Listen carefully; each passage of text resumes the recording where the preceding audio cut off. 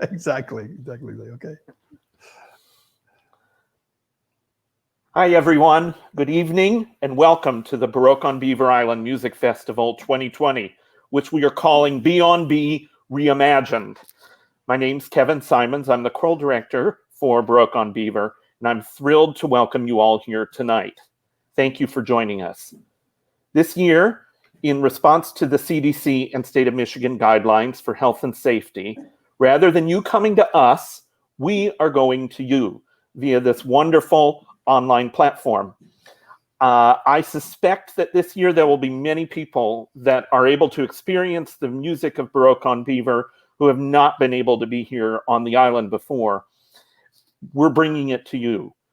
Be sure to double check the weekly festival schedule at www.baroqueonbeaver.org, which has all the events listed. You can also find us on YouTube. Just click on YouTube and search for Baroque on Beaver. Subscribe to that channel and never miss an event. Also, you will see a donate banner like this one appear on your screen from time to time during the festival events. I ask you please to consider making a donation to support the festival by going to that website and clicking on donate. Because we are not, all of our events this year are free and not ticketed, it's really important that we support the festival through your donations, and we very much appreciate that. So today, we are really, fortunate as always to have with us our music director and principal conductor for Baroque on Beaver, Robert Nordling. We're going to have a conversation, the two of us music directors, about the history of Baroque, and Robert has become a great historian about the music of Baroque and has some really great numbers to tell you and all of that. But what you may not know is what a busy guy Robert is, in addition to doing his work here with us as principal conductor. He also serves as the music director of the Bandung Philharmonic Orchestra, which is in Indonesia, very far away from Beaver Island, and the Shoreline Music Society, which is in Michigan, and that's in Manistee, right, Robert? It is. Yeah, and that's a new thing. And I know that you've recently moved back to the state. Are you going to continue your work in Chicago with Lakeshore Symphony or Lake Forest Symphony? Yes. Yeah, that one I have set aside, and I've turned that over to other capable hands. The commute from Grand Rapids to Chicago weekly would be a little bit challenging. Well, it's not that you aren't busy, and you also just finished up a Fulbright specialist scholarship as well in Indonesia. So we're looking forward to hearing more about that maybe sometime in the future, because I think that would be really interesting to hear about that. So we're delighted to have you with us, and back in the state also in Grand Rapids. I'm a Grand Rapidian, a Michigander. A Michigander again. Proud to be one. Well, thank you, Kevin. And let me return the favor to and introduce someone that you know well, my friend and my colleague and my cohort in crime. Kevin Simons is Associate Professor of Music and Director of Choirs at Saginaw Valley State University. He is also Director of Music and Organist at St. John's Episcopal Church in Saginaw, Michigan. He holds degrees in music ed and vocal performance, choral conducting from University of Oklahoma, from CMU, Central Michigan University, and Boston University, and has incredibly ably, giftedly led the choirs as chorus director at Baroque on Beaver. Now, I'm thinking, is it 13, 14 years? Well, we've got a debate about this. So I'm thinking that it's been for 14, but then 14. I had a year off. To finish my dissertation, right? So 14 years. So you started this when you were like 10 years old, basically. That's right. Exactly. Yeah. Yes. Okay. Fair enough. Back when you were about 10, also we started together. But as we mentioned yesterday, I will always predate you by by Yes. 2 seasons here. So I have a little bit of You've got the seniority. seniority. Absolutely Yeah. right. There's no doubt. So how did you end up here? How did this happen for you Well, all yeah. those years ago? Well, I mean, this is in 2009. We were living in Michigan. I was working at Calvin College, directing the orchestra there and teaching music there. And I was in my office, minding my own business, not bothering anybody. I'm sure. You know, and I get this call from this very nice lady who introduced herself as Anne Glendon. And we started a conversation, and she had become involved with this festival on Beaver Island. I said, "That's great. What's Beaver Island?" And you know, and I quickly looked it up. I'm like, "Gosh, it's a beautiful place." And so yeah, and we just started a conversation, and that was in late 2009. And by summer of 2010, I jumped in and have been grateful ever since. You know, and watch this festival do some amazing growth, or continue the growth that had been going since the very beginning. Yeah. Now, what about you? I mean, who let you in? It was a very roundabout. It was a very roundabout way. So my dear friend Mary Lou Nowicki was a musical compatriot and friend of Jason Economidis, who was instrumental at the beginning of the festival. Absolutely. And Mary Lou was asked to be the choral director, and she said, "No. I'll come up and be the accompanist, but you should hire Simons." And so Jane Mayer called me, and we went to lunch in Ann Arbor. Turns out Jane and I have many mutual connections from Ann Arbor. Musically, we know a lot of the same people. Both of us are organists. Okay. And we hit it off, and there we were. And Will Nichols had been here before me from Alma College, right? But was unable to continue because he ended up touring at this same time. And so during the summertime, and so there we were. So that was how it started. Fantastic. And I did not, like you, I had never heard about Beaver Island. I knew nothing about it, to the point where I chose all English music my first year, thinking that would be terrific, not realizing the Irish connection. Did you have people storming out of rehearsal? Oh my gosh, they met me on the dock when I got here, and I thought I was going to be thrown into the harbor and asked not to return. It was a little dicey. Let's just say that. That's great. But we hit it off well at the beginning. And now thinking about that, choosing a repertoire that works or that doesn't work, things that were really, really highs and lows. What have been for you sort of some, highs and lows of your experience over these 14 years? Maybe it was about repertoire. Maybe it was about the portobello mushroom sandwich at McDonald's. I don't know. Always a high. And as I said yesterday, I'm here this year basically because Tammy McDonough assured me that they were well stocked. Oh gosh. Exactly. I would say one of the highs for me actually was as a singer.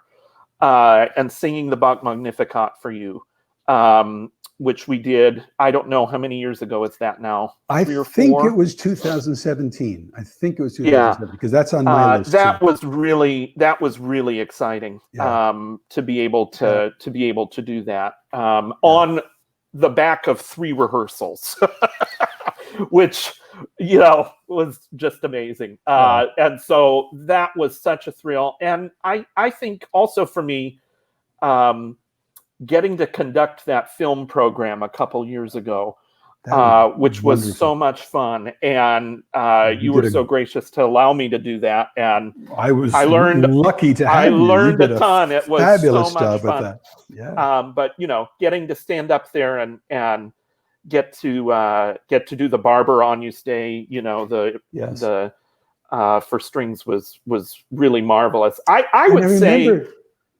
you did the Agnus Dei with strings, and then the choir was back behind you too. Yeah. There was this wonderful dual choir voicing. That was beautifully done. Yeah, it was cool in the gym. You know, that's always one of our challenges here. Yeah. And, you know, I know we'll talk about that a little bit about the venues, but how we use the venues is always a bit of a something we have to think about all the time here. And so that was one way, you know, that we thought, okay, how can we change this up a little bit and make it work. And one more highlight, and then maybe a low light, but you know, I have loved all of the Gilbert and Sullivan we have done up here over the years. Absolutely. We sort of cherry picked our way through HMS Pinafore a few years ago, and that was just so much fun to get to work with Peter Amster and Merle Mantione, and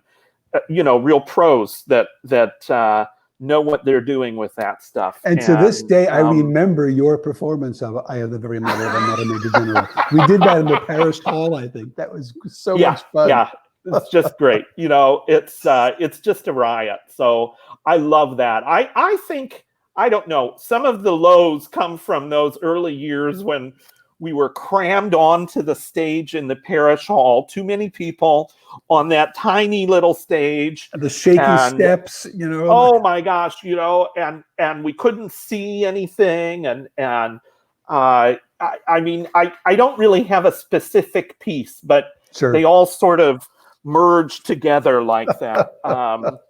You know, it just was pretty tough in there for a while. And as the choir grew, you know, and the orchestra grew, and the audiences grew, that just got to be such a tough space to use. And I remember often finishing a performance and going out and jumping in the lake just because we were so, you know, that was we were already drenched, so why not just go out into the lake?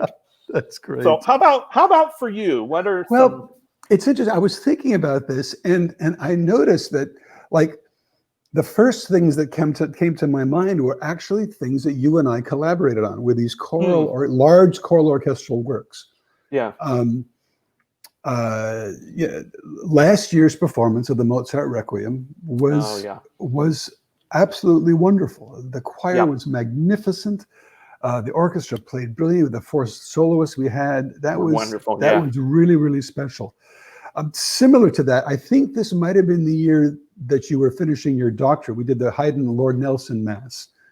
Yes, I missed that. It's one of my favorite pieces too. Oh, yeah, me too. Yeah. And that was another very it was an accomplished performance. They did very, very well, but it was also a very meaningful, very spiritual experience too, as they say in those words, in Holy Cross Church. You know, right in that space. Somehow it worked. A place Haydn would have been very comfortable. And then which is blessedly air conditioned now. Yes, exactly. Exactly right. Yeah. And the Bach Magnificat, of course, that is one of my favorite pieces of music. And to have the wherewithal to do that was super. I think of anything with Martha Guth. Anytime Martha Guth shows up and sings, that's a highlight, you know? And last year, when Peter Amster and my brother Jeffrey did the Shakespeare concert, and they prepared all those Shakespeare speeches, then we did music that went along with it. That was also glorious. It was, you know, I'm going to tell you a tiny little story about that, because I knew that your brother was a famous actor, but we don't get cable television.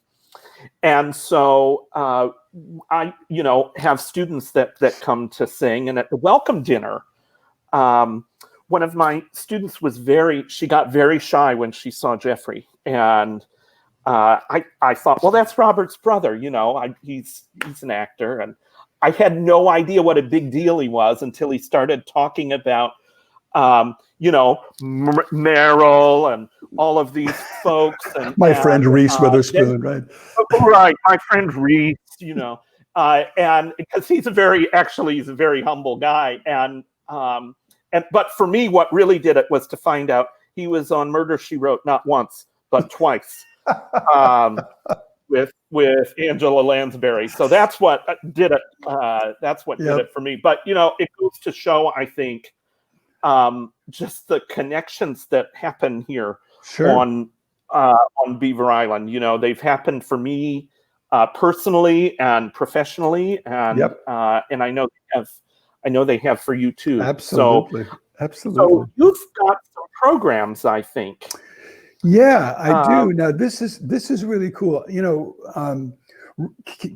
organizations very often when they're first get started, sometimes don't keep records of things, right? And so you have the historians who remember when, and sometimes memory is accurate and sometimes it's not so accurate. But bless Jane Mayer and Gene Howell, who started this whole enterprise, they have kept paper records, careful records, and even photographs from the beginning. And I thought it might be interesting just we actually have the programs all the way through. Yeah. So amazing. I'm going to see if I can do a share screen here. With our magical technology. There we go. And I'm going to do an application. And I'm going to share this and tell me if you're seeing what I'm seeing. Yep. Okay. Yep. So this is sort of 19 years of Baroque on Beaver in a flyby, right? Yeah. Okay. This is the very first concert program. I actually have the paper program at home. Wow. I just scanned it. Amazing. It was called An Evening of Music with J.S. One Bach and evening. Friends. One evening, one concert. And it took place on a Sunday evening at 7:30 in the St. James Episcopal Church. And I've seen pictures and I've been told it was packed with folks coming to watch this. And in the program, I don't open it up here, but in the program, there were 13 players and 15 singers. Wow. In this, and they gathered and they did a movement of a Brandenburg, they did a movement of a concerto, they did a couple of cantatas, choruses, they did a couple of solos, and just had a brilliant time. Amazing. I guess as folks found out, there were various players on the other. You like Bach? I like Bach. Let's do a show. Yeah. So let's do a show. Let's do a show. The next year, they came back for another evening of music from the 18th century, and it was led by Dr. Charles Krutz. Oh yeah, who was taught music for many years. It was at Concordia, right? Yes, that's Concordia Seward, I think. Okay. Yeah, and he was a Baroque specialist, especially in the music of Bach, and he dressed up as Johann Sebastian Bach, played a number of different instruments, and they switched over to the Holy Cross Hall, the church hall across from the church. And the same type of program, you know, bits and pieces of Brandenburgs, except Johann Sebastian Bach himself was there talking through it. I wish I could have been there to see that. I met and talked to Charles years later, and he was still playing in the orchestra when I came. Okay. So he was still around when I first started. Fantastic. So, neat. Yeah. What a neat guy. Yeah. Now I'm missing 2004, but 2005, now it's a classical weekend. And there were 2 performances in 2004 and 2005. Now I would have to open up this and check whether it was the same performance done twice or 2 different performances. I suspect it was 2 different performances because just looking at the amount I think they had started doing 2 different performances then. I think that's right. Right. 2006, then it's called a festival, and there were still 2 performances in 2006, one in the parish hall and one in the Christian church. Actually, was the second performance of 2006. Yep. 2007, also 2 performances, both of them in the parish hall that year. Yeah, this was my first. This was your first year. Okay. Yeah. Okay. And then moving on from there, 2008 went to 3 performances called a festival. And this is the first time the Beaver Island Cultural Arts Association name is listed. I believe BICA came into existence, I want to say 2006 or 7. But here they are listed in 2008 as the presenters of Baroque on Beaver. 2009, we have some pictures and some faces you would recognize. You know, here's Al Wang. First violinist from the Chicago Lyric Opera came out to play. A picture of the whole ensemble. I think that's Lisa Honeycutt playing horn. That looks like her. 2010, this was my first year. This is when this interloper showed up.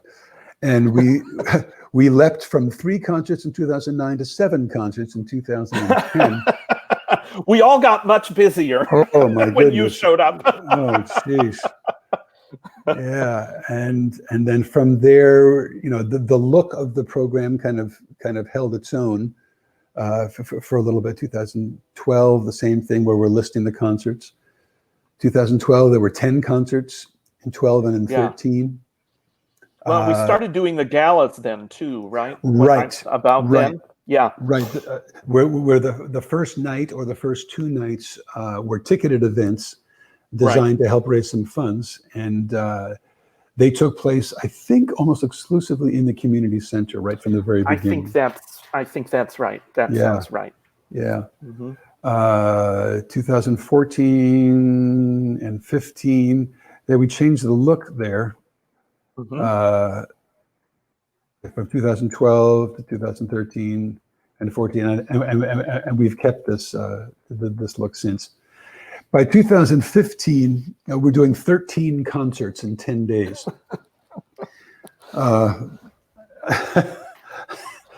We had a bunch of very, very tired people by the end of. What were you doing to us? I mean, oh my God, goodness. 2016 as well was an exceedingly busy year. 2017, we kind of settled down a little bit to 11 concerts. And then 2018, 10 concerts. And last year, 10 concerts as well. Last year and the year before, we made Saturday night the final night rather than going all the way through the weekend. And then, of course, this year, we're back to 12 events this year.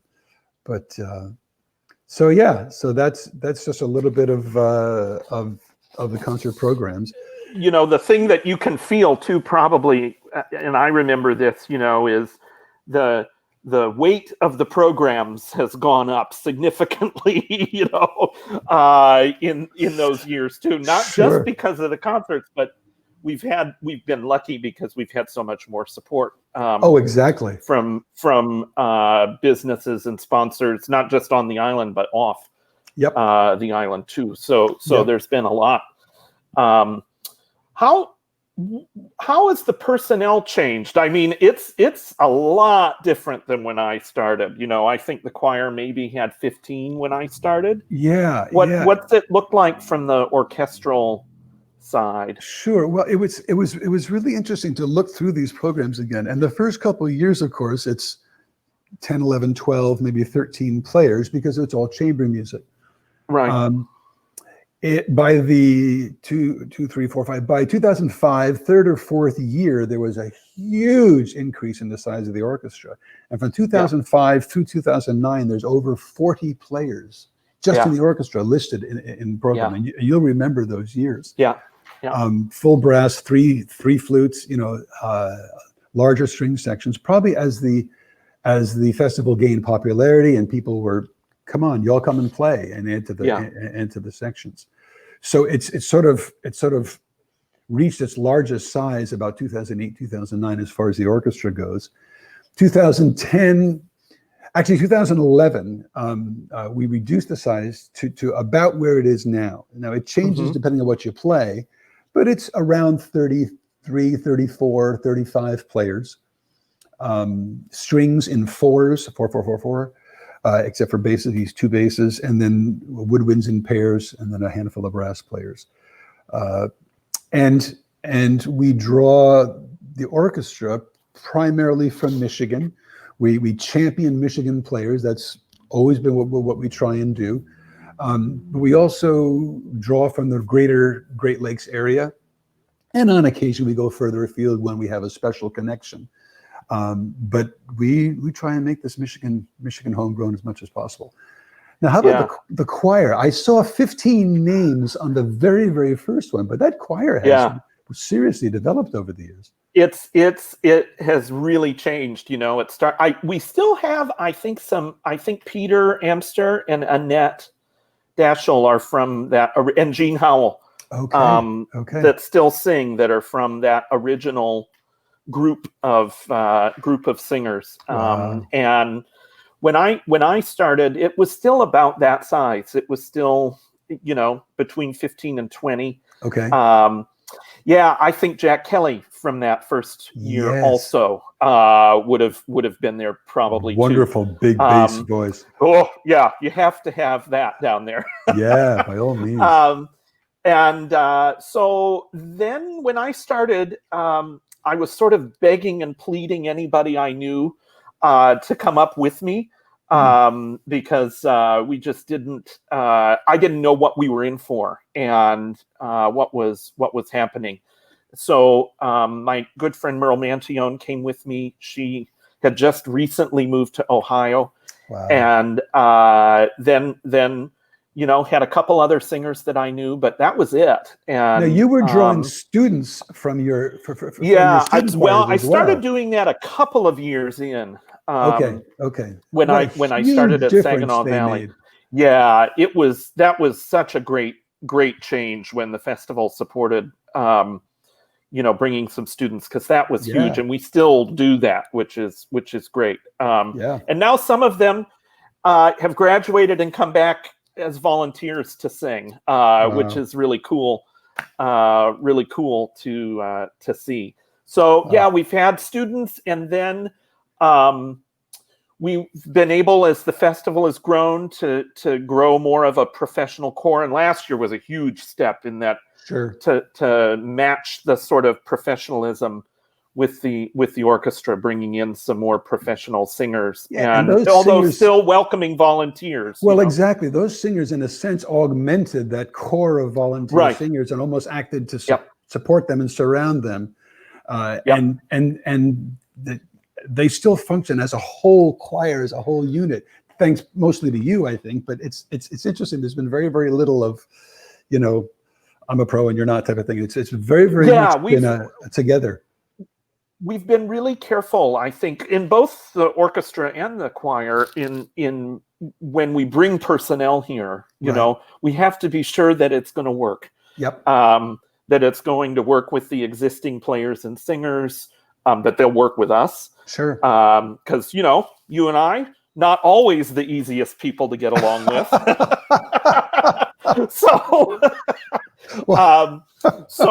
Well, let's just say we have ideas about how things need to go, and so it takes time to be able to build that. So, but that does speak to that extra musical, that the non-musical aspect of what this festival is, and you get even you get these professional players that come in, or the singers that come in, and what they talk about. I mean, they've experienced professionalism at the highest level all over the place, but here something different is happening. There's a relationship with the audience. There's a relationship with each other, with the land, with the island itself. It's that value add thing that is Beaver Island. It's so funny. I met, and I know we've talked about him both because we adore him, our friend Peter, so often, that has sung from the beginning. And I have tried every year that I'm here to coach a little bit with him as a singer, because he's got so much to teach. And now, last year we had a great master class with Lois and with Peter, and for our students to get to, in our singers, of any level and any age, to get to work with players and singers that are up here. It's just it's been a huge professional growth opportunity for everybody that's involved. It's really I've learned, and even from the development aspect, our work with the board that we do, and with folks like Ann Glendon and Tammy McDonough and Jane Mayer, that I've learned so much. Oh my goodness sakes! From our work with them and our work together. It's been, as I say, mostly fun. It has. So how in the years that you've been here, how's the repertoire sort of changed over those years? Well, I'm gonna I'm going to jump back into sharing my screen here and share some Sure. interesting numbers, which will get us back into this whole subject that I find very interesting. Okay, so 19 Perfect. years of festivals. This year is year number 19, and with this year, this is number 19. 136 concerts have been done in the whole life of this festival. Interesting. Years 1 through 7, 16 concerts. Years 8 to 19, 117 concerts. So I would say that there's you could describe some precipitous growth there in sort of the second half of the life of this, you know. And this is not entirely accurate, you know, but it's something around 460 pieces of music. And this is how many pieces are in the record that we've taken from all the concert programs. Now, I haven't added all the individual pieces from the solo concert this year yet, so maybe it's more like 480 at this point. But it's been a bunch of music. It's been a bunch of music. Yeah, and not probably counting all the stuff that gets done on porches around town. And, well, exactly. I mean, the pop-up concerts like and the informal stuff, then you got hundreds and hundreds of more things. Right. I'm not going to ask people to look carefully at this, but this is the way I like to keep records. I mean, I'm mad about keeping records. This is use of concert venues on the island for the whole island. Okay. Down the left here are all the different venues: Episcopal Church, Parish Hall, you know, the Parish Church, the school gym, Whiskey Point, outdoor, and then online is this last year. And sorry, I got to go back. I made a mistake. Hold on, I'm driving our tech people crazy. Press the wrong button. Here's a summary of that. There's been 12 different concert venues. Who would have thought Beaver Island had 12 concert venues? Well, it does. The number one has been the community center, interestingly, because we've done several of those opening galas for the last 10 years. Right. And the community center wasn't even open when the festival started. Is that right? Yeah. I mean, I remember, it was not usable as a venue. So this is within the last, you know, maybe 15 years or so. Sure. Yeah. Of course, the Holy Cross Parish Hall was sort of the central place of the performance. And that had some wonderful things about it, and I had some challenging things. I remember one concert, we had to keep the windows open because it was so hot, and a seagull decided to land on a tree. Do you remember this? Just outside the window, and acted as a music critic, like for most of the concert. How about the helicopter? Landing there in front of the convent during a concert. I remember I had the choir lined up out there and ready to go in, and this helicopter, you know, lands there. I think they were medevacing somebody or something, but literally blown away. Gosh, you know, I thought, well, okay, there we go. You know? So, and then, you know, the school gym has sort of become B&B Central for both rehearsals and for our larger performances. So this is gaining quickly. We've only used the school gym, help me out, 3-4 years maybe? I think that's right. I think 4 years probably. 4 years. Yeah. And then, of course, Holy Cross Church continues to be. And the CMU Biological Station. That's the fifth most popular. Way down there. way down there. This is also interesting. Just from 2010 to last year, there was a 430% growth of budget, but a 500% growth of income. Amazing. So this is purely due to the hard work of the board that have just worked so incredibly hard, and of the community grabbing hold of this festival to make sure that it's supported and make sure that it's paid for. You know. Yeah, it's been, you know, really inspiring. I know when we realized we weren't going to be able to be in person this year, that you know, it was depressing. You know, there just wasn't any other choice. But I walked away from that board meeting that we had, where you laid out some ideas, and the board got fired up, being really inspired about, It was going something, wasn't forward. it? That board Yeah, meeting started very, very. There were some tears with that. It was yeah, very, very yeah, difficult decision to make. The right decision, I think. Follow the yeah, science. yeah. But then it really did change the feel within the room when we sort of thought how we could do it differently. And Yeah, so and we've talked a little bit about that, this week, but that's become a real challenge, in the choral world anyway. talk about that. Talk about that. I mean, yeah, it's there's some science about choir singing that's scary. there is. There's things that are being studied right now, but if you think about it for a little bit, when somebody sings, there's a lot of stuff that comes out, air. Sure. I remember watching Met broadcasts over the years, and you see the spit fly. If they're doing and consonants correctly, yes, there's all that's kinds right, of they're singing well. expectorant. Right, and so singing has had a particular problem with the virus, and so it's just not been safe to do in person. It's been really devastating to the choral world, because there's just no way to gather and do it safely. And for those of us that love to sing together, this has been a difficult season. So there are several studies right now that are underway for maybe ways that we can mitigate that.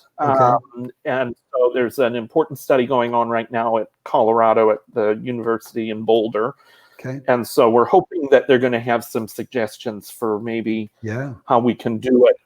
We know at the minimum that spacing is really important. Ventilation is really important. Sure. But until we see that science play out, it's going to be difficult to do. I mean, in most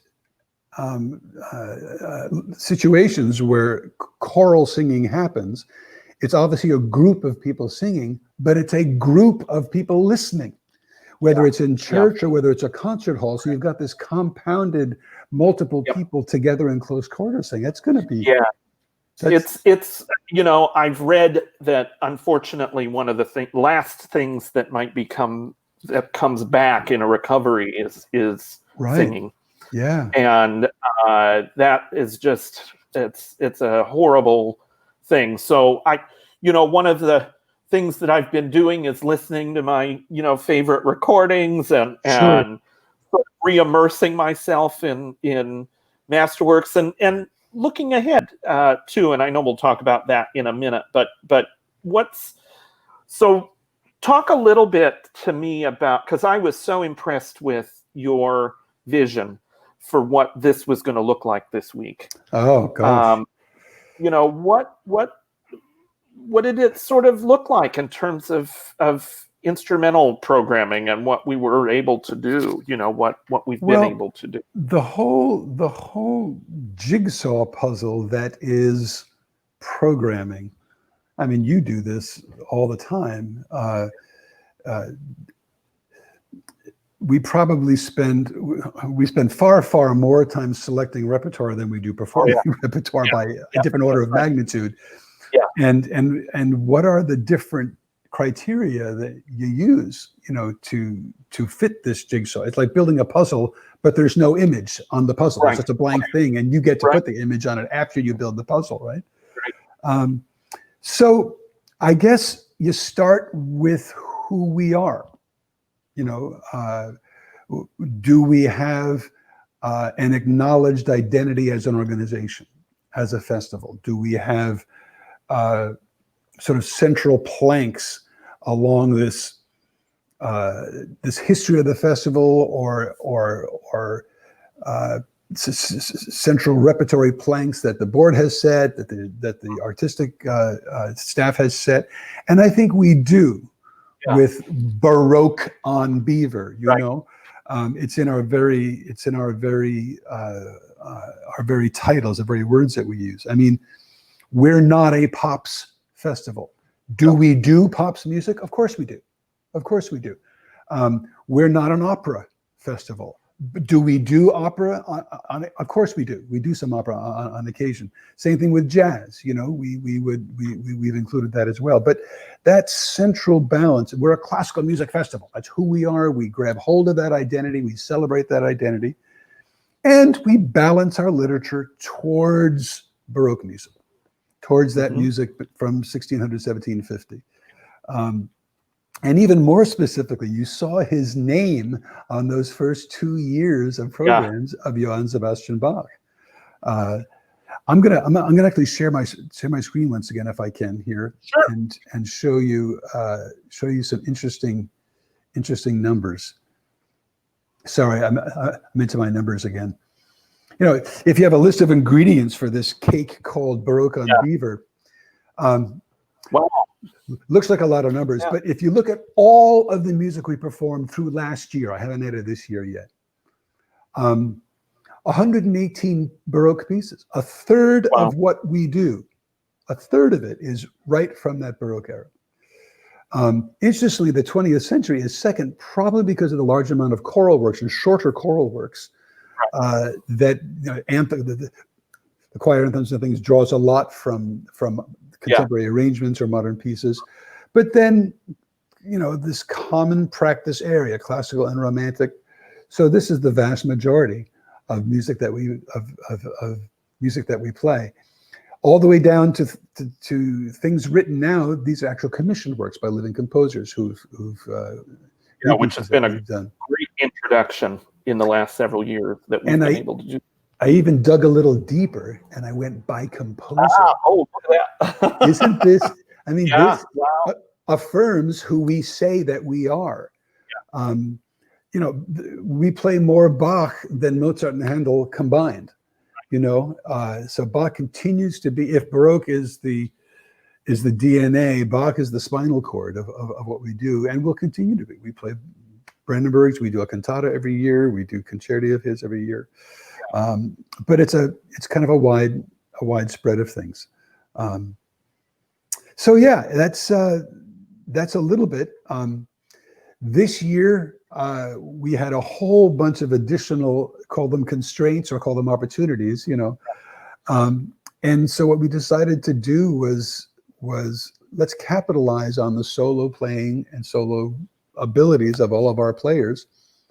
And you know, we certainly had those two opening glorious concerts of Kevin Cole and Martha Guth, and getting the Bach and Beethoven experience back again in that wonderful wacky musical quiz was so much fun.